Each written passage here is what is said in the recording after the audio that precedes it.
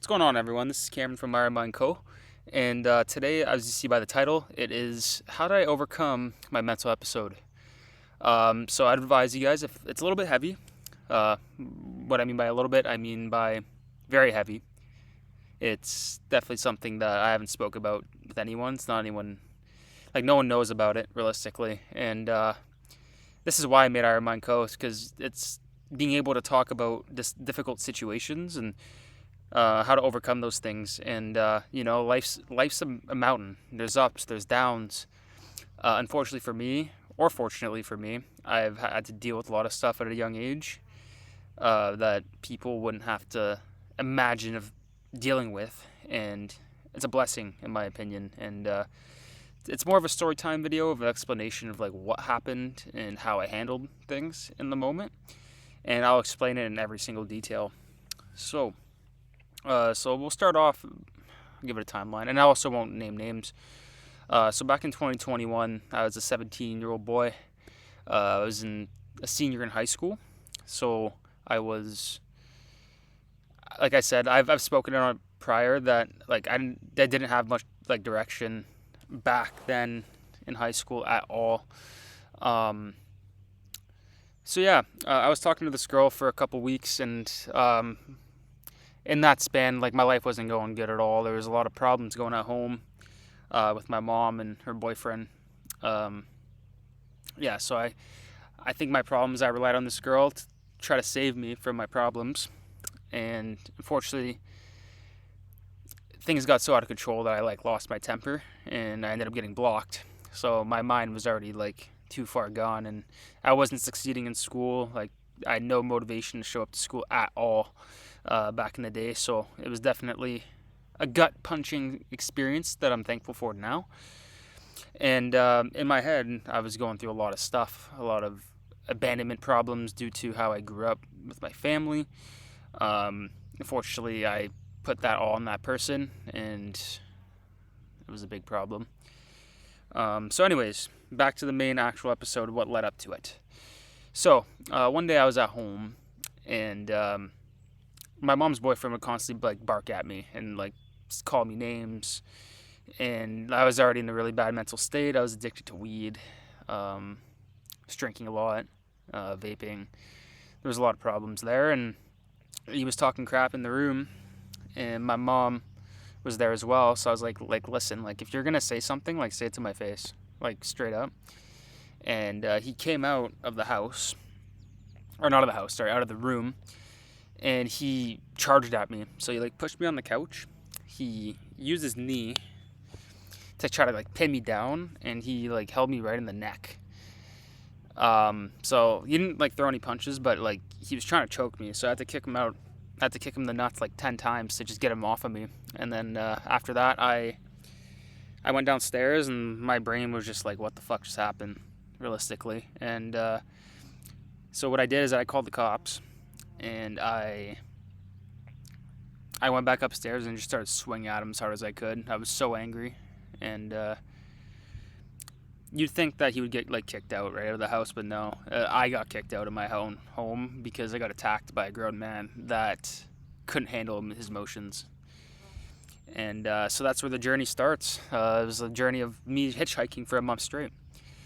So after that, I went to my friend's house, and my dad picked me up there. So I went home, or to his house, sorry. And I was there for a couple days. Everything was fine the first couple days, and for some reason I thought it was a good idea to go to the neighbor that went to the military in Afghanistan. And I thought, well, you know what, we'll go hang out with them and, smoke some weed, and we'll see what happens. So I ended up staying there for the day, and we were just talking about like insane stories of like war stories, and it was pretty impressive. And my stepmom is not a big fan of marijuana, or still isn't. And I guess she found out about it, and my little stepbrother was like 8 years old at the time. So obviously I could understand why like you don't want that around, right? Especially I'm a 17-year-old kid like with no direction, right? And so she ended up throwing my stuff outside, and there was a big altercation of how I got kicked out of there. So so I got she threw up my stuff, and there was a big altercation with my dad and the neighbors, and that became a whole thing. We lived in a trailer park, so that was something for sure. Um, yeah, so I ended up going back in the house, and I was like, you know what, fuck this, I'm leaving. Like, so I was like, you know what, I'm going to go to my cousin's house.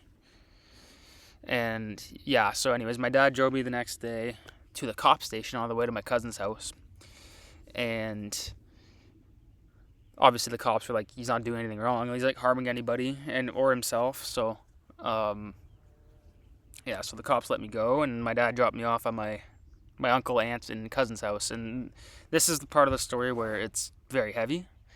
I'll explain why later. But so anyways, I got there, and I was like, you know what, like, I'm at my cousin's house, like, everything's gonna be okay, like, I'll be safe.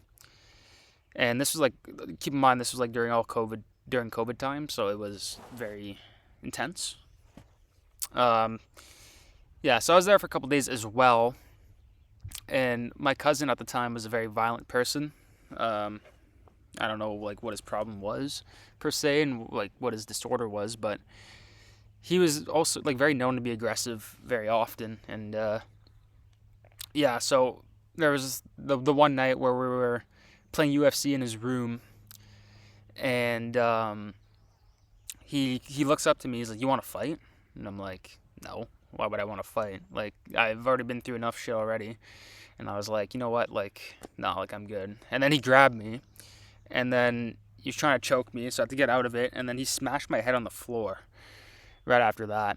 And my uncle heard it happen, and they got into an actual fist fight. And I told all of them, like, "Fuck you guys, I'm leaving." I was like, "I don't care if you guys like it or not, I am fucking leaving." And my uncle started screaming at me. He's like, "You're not fucking leaving under my roof." And I was like, "Yeah, well, watch me. Fucking watch me."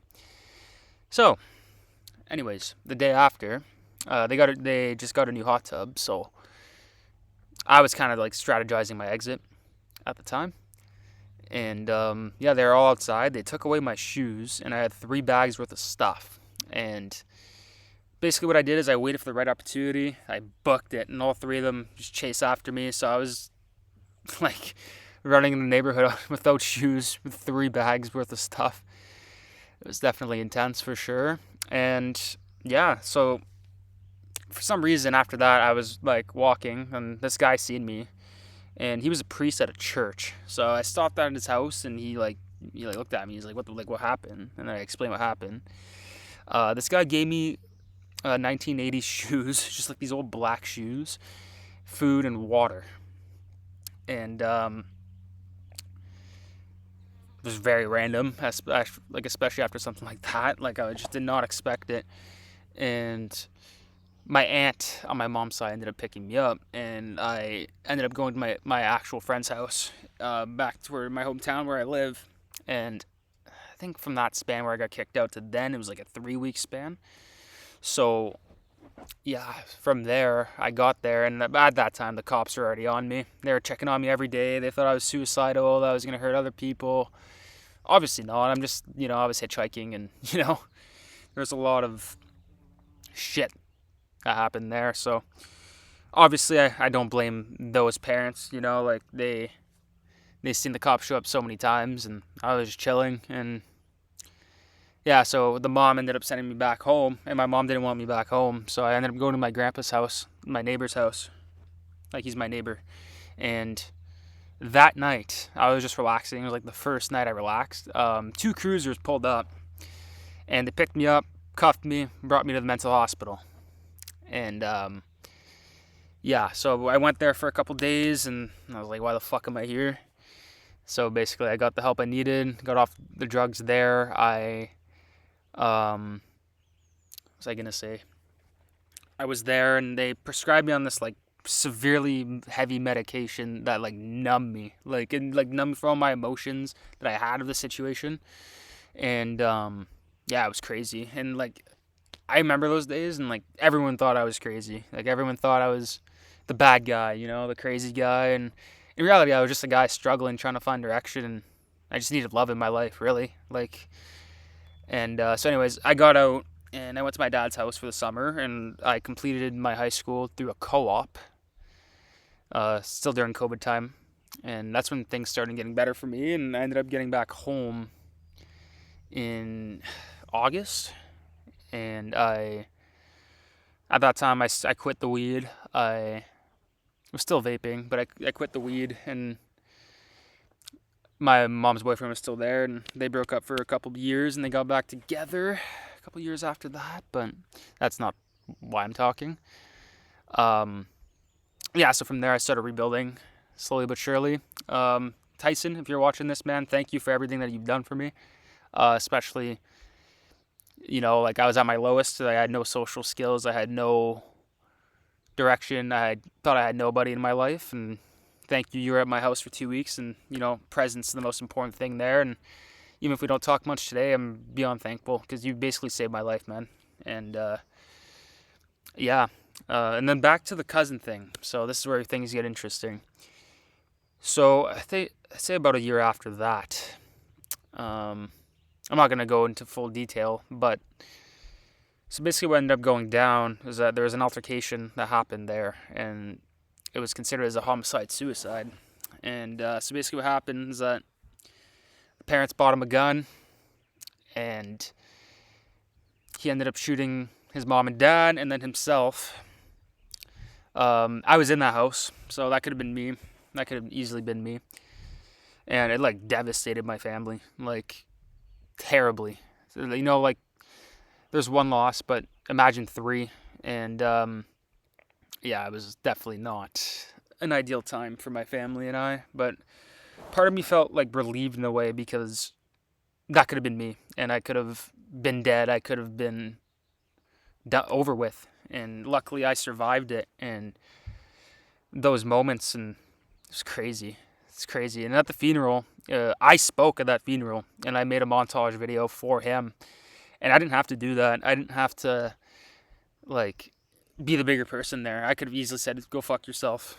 But that was my way of grieving and being grateful that I'm still here today. And I know it's really deep, but, I feel like I have to set an example for my family.